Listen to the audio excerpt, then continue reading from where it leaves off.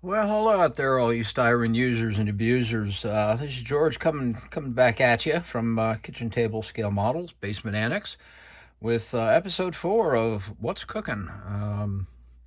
Before I get into the episode, I don't want to get into this too deep, but I've not done much lately. I hit a bit of a wall about a month ago.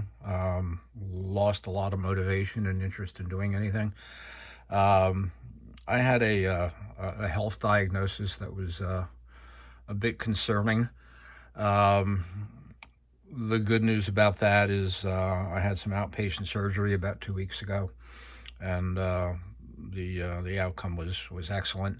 Um, so for about the first 2 weeks there, I was kind of just mentally lost in space and really couldn't was having a hard time focusing. I was very distracted.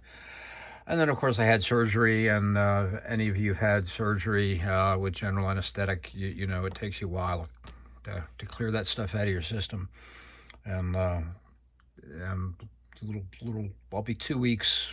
Let's see, I guess 2 weeks this Tuesday since the surgery, and I'm finally now just beginning to form complete sentences and remember my name. But anyway, enough of that nonsense. Let's jump ahead. Let's jump in here.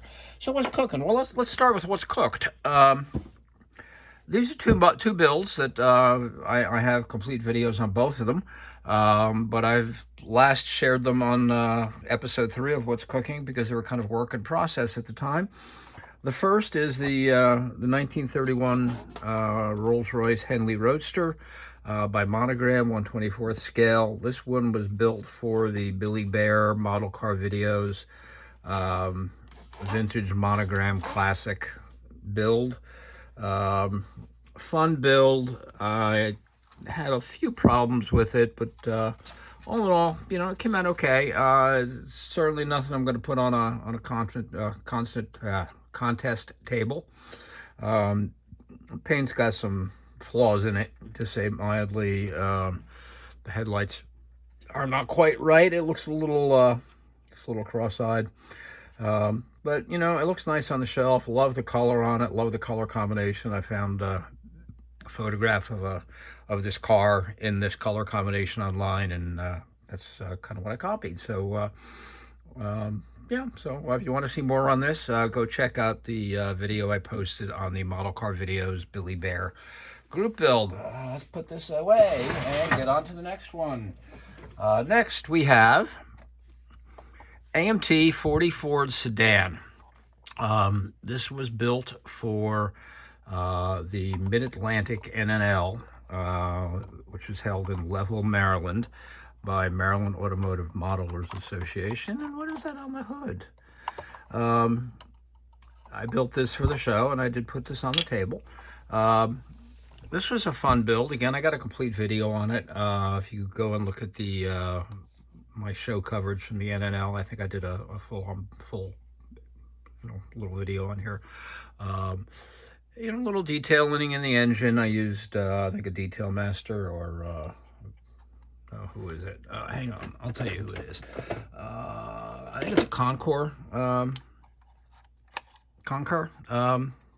distributor with some wire looms from golly, I don't know, Detail Master or somebody like that, Model Car Garage.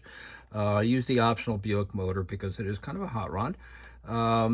Color on this, these are custom mixed paints. I used Tamiya acrylic. The orange, which is really a lot more of a pastel, soft pastel orange than it looks like, looks under this light. I wonder if it looks better with this. Let's try that. Nah, that's no good. I gotta get better lighting in here for this stuff. Anyway, the orange is the orange is really almost a peachy color, but really it's kind of a cantaloupe color, and that's the color I was going for. And the green on the bottom is kind of a honeydew color. They were both mixed, again from Tamiya acrylics. I think it was 1 part of the color to 8 parts of white, and this is what I got. Really happy with the way it came out. It looks nice sitting on the shelf.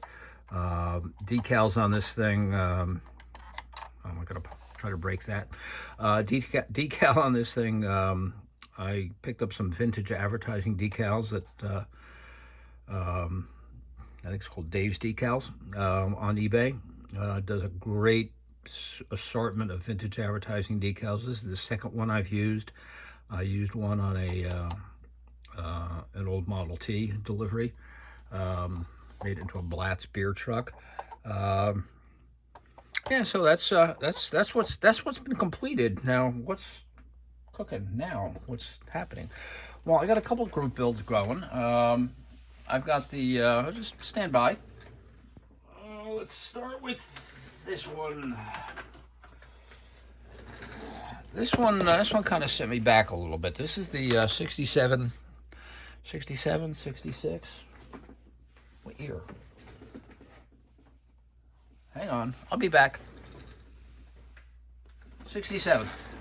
This is the Luca C Scale Model Podcast Old Goat Group Build 67 GTO kit by MPC. If you are on our Facebook group, you've seen that this thing was completely painted. I had done the top on MCW vinyl top, white vinyl. The body was painted kind of a really nice metal flake green using Mr. Color rough gold and clear green. And it was really pretty nice little paint job. I don't know what happened to it. While I was working on it, or while I was doing work on some other parts of it, something got on the door here, right in this area.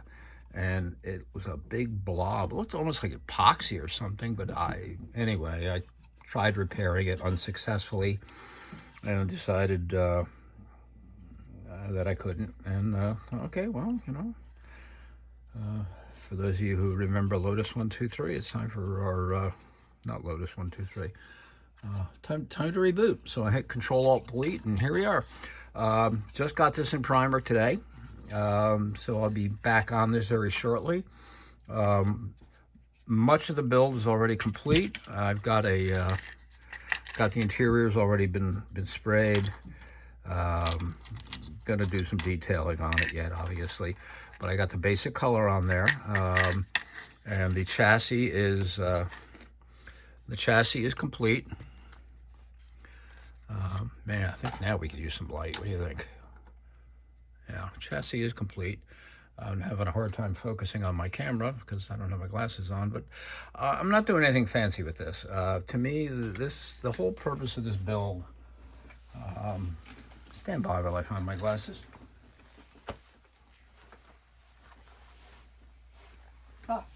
In my pocket. Okay, the whole purpose of this build, I think the whole principle of this build was to take a kit that is much maligned as being a terrible kit, and do what you can with it. And I didn't put a lot of effort into super detailing or filling sink marks and stuff like that. It was, I'm going to build this the way, your average model builder would build it. And I'm going to put it together and paint it nice. So that's kind of where I'm going with it. Already got the, hang on, come back here. Already have the firewall painted and detailed. Started working on the grill. Like I said, I got one side of it blacked out with panel liner.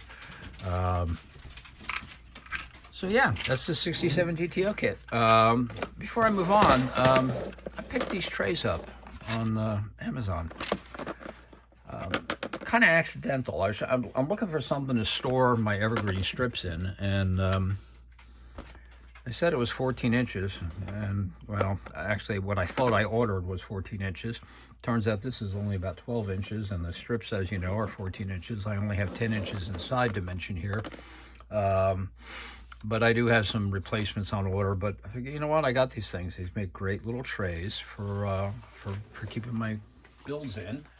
And what's nice about it is they come with lids, and you can snap it, and there you go. So that's the GTO. That's that work in process. Next up, the Porsche Group Build for scale model car podcast guys. I'm doing the Revell 914. You know, I mentioned I've not done much building, but today I did get some. I got these three kits. These two and what I'm about to show you. I got through primer today. Here's some little engine parts. This is the body. For my color on this, I'm going to do something a little different for Porsche. Hang on. Where is it?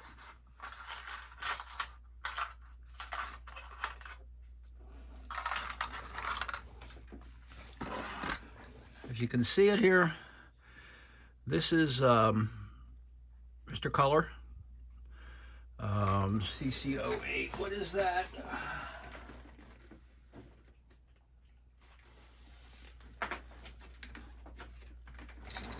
I'm coming. That's Moonstone Pearl. That's not the color I wanted. I think this is the color I wanted. I shot 3 pearls because I want to get a pearl white look. Hang on. Let me see which is which.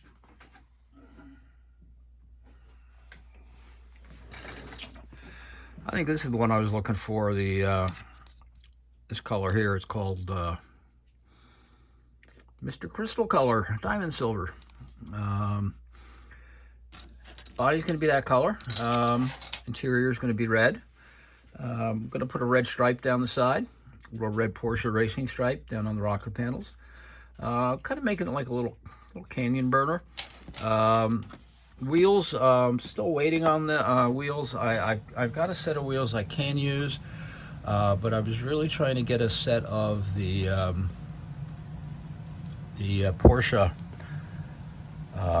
Porsche wheels that Chris Martin is printing for me. I think he's working on trying to get them printed. I don't know if he's running into problems, but Chris had offered to print something for me. Not the Fuchs wheel, the other one. I think I covered that, I think, in my announcement of my participation in the Porsche Build. So if you want to know more where I'm going with this, that's where to go look. Engine's already primed. Yeah, so this is that's the Porsche 914. Getting some progress on that one. And last but not least, this is one I'm having a lot of fun with. Buddy Jason Hanscom up at Blue Ox Model Shop in New Hampshire. Jason is doing another street machine group build, and you know, last year I did a Dodge Dart, a 383 Dart. Doing something a little different this year, but maybe not all that different. It's still Mopar A-body. This is an original annual 1966 Barracuda kit by AMT. And I'm doing a low buck street machine. Well, what is a low buck street machine? Well, I'll tell you what a low buck street machine is. I'm building this kind of the way maybe a high school kid would do if maybe the car was, you know, handed down from mom, and Junior was going to hot rod it, but you know, it's just a basic Barracuda, and mom ordered it with a slant 6. Excuse me while I take a drink. Mom ordered it with a slant 6, and well, you know, slant 6 are okay, but you know, I thought about putting small block Mopar in this, but there is an absolute lack of small block Mopar resin stuff, and I just see I got a little scratch there on the. Oh, that came off. Okay. Small block Mopars are hard to find. I mean, I've got a few in a few other kits, but I don't want to pirate one from a kit. And nobody's 3D resin, but I thought that's really not keeping with my low buck street machine. So I kind of got online and started looking, and you know, if you're familiar at all with the history of the Slant 6, you know that they had a hyperpack version that used a 4-barrel, long ram manifolds and headers and hot camshaft and a couple things. Well, I had a hyperpack from Texas 3D, I think, but it was 1/24th, and I actually did a little pre-assembly in it, and there was like no way it's going to fit in here. And interestingly, when I measured it, it actually measures out closer to about 1/22nd. So it's a little oversized. I started working with the kit engine. As a kind of a fallback while I was waiting for our buddies at VCG, Resonance by Breeze, to come through with a 3D version. And well, they came through, they did. And what's really nice about it is interestingly enough, I scaled the kit engine, and I think the kit engine is actually just a tick small. I think it comes in closer to about 1/26th, maybe even 1/27th. But I ordered a Mopar Slant 6 from VCG Resonance by Reese, and this just arrived yesterday. And it's very close in size to the kit engine. And the detailing on this is absolutely exquisite. If you have any of VCG's resin, and let me see if I can pull something out here to show you. Let's see what we can do here.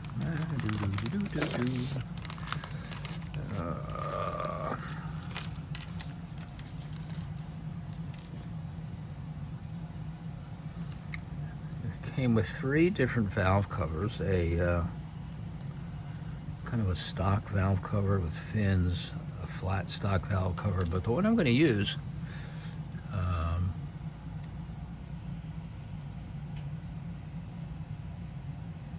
is this one.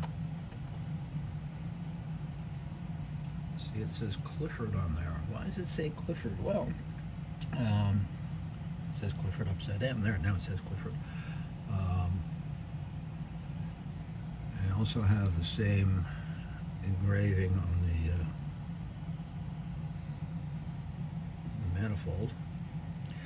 It's Clifford Research and Development was a company back in the 60s that specialized in high performance parts for 6 cylinders, and the logo is 6 = 8.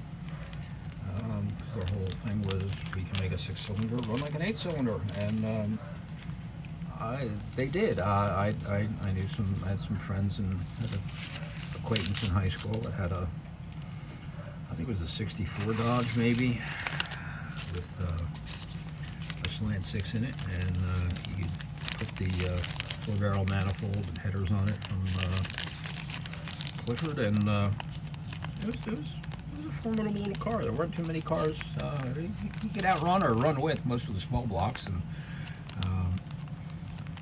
so where'd Clifford come in? Well, Clifford, the Hyperpack was originally developed by Chrysler Racing to homologate the engine for NASCAR Compact Series, and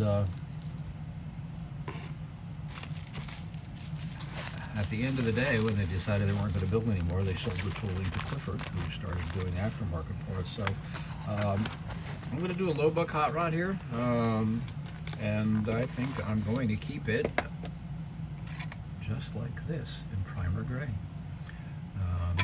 So I got this all in primer today, like you can see, and we'll get on with finishing it. So that's kind of what I've been working on as far as builds. A few stash ads of interest that I'll share. No kits.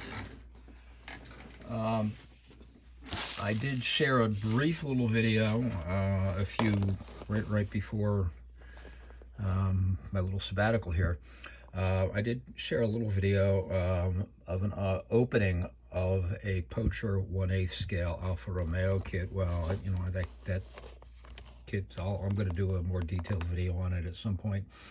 But I got online and started seeing what can I get aftermarket for this thing. And these are all parts for the 1/8 scale Porsche Alfa Romeo. There's a cast metal hood badge.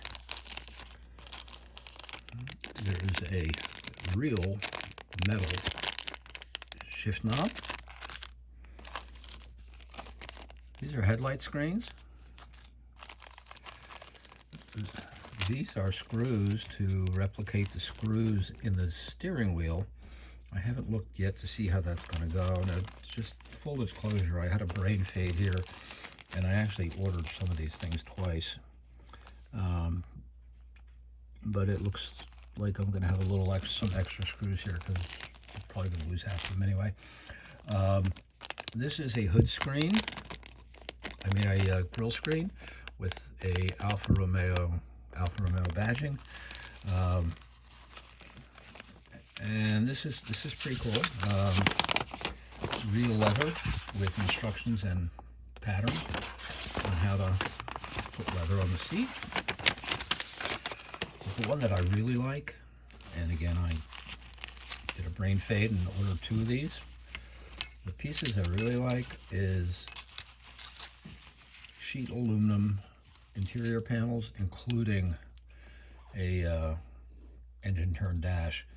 So yeah, these are some aftermarket parts for the Alfa Romeo. So you too can go out and spend several $100s on a model kit and then still go and buy another couple $100 worth of aftermarket parts because you can. Last but not least, these are fender supports.